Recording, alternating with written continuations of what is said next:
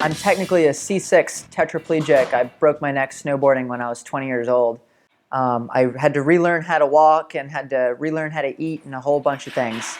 There was a complication where I also damaged my esophagus, and I ended up not being able to eat for a year and a half. And while I had that, I was trying to return back to being a university student, getting a degree in biomedical engineering. I guess what drove my resiliency was just a desire to move forward with my life. It was, I got this injury, something bad happened to me, and there are two things that I can do. I can either go sit in bed and feel bad for myself and have that be the rest of my life, or I can choose to go out there, keep living, and do what it is that I want to do.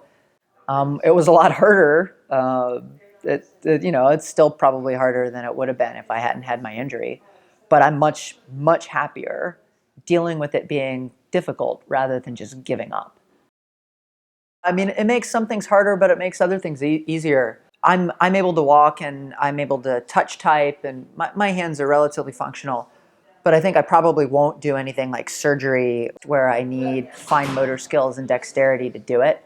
I think my disability is going to actually be helpful just because people come in and they describe their problems and they usually do it from a medical perspective, but there's a whole other host of issues that you have to deal with. You know, somebody comes in like me with a broken neck and the physician thinks, okay, well, what is it that we need to do to repair them and get them moving onwards?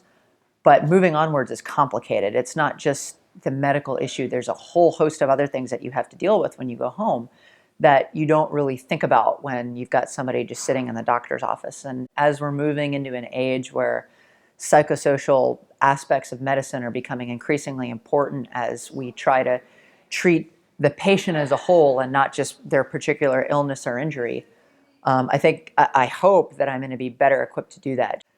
I got to meet a whole bunch of different doctors from a lot of different specialties who had a bunch of different philosophies on treatment. But sort of the common ground between all of them was their passion for medicine and their desire to help make people better.